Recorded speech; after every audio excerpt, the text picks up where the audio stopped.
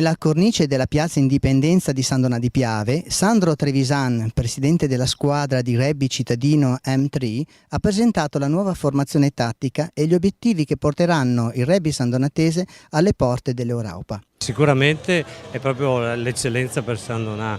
Noi siamo un'amministrazione nuova e abbiamo subito condiviso il progetto di questa squadra.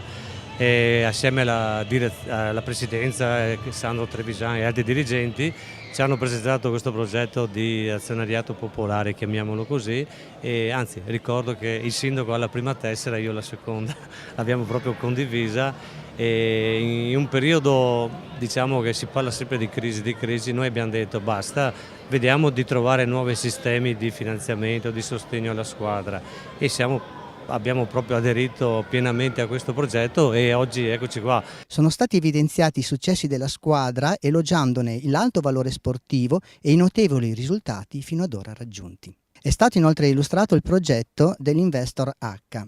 Diciamo che tutto nasce lo scorso anno quando siamo stati promossi nel campionato di eccellenza. Abbiamo pensato che quella di coinvolgere i cittadini sandonatesi, di creare uno sponsor di maglia che si chiama appunto Investor H. Ogni cittadino con soli 200 euro può diventare socio di questo club, avrà l'accesso allo stadio, una spilla identificativa e oltretutto è anche una quota detraibile fiscalmente.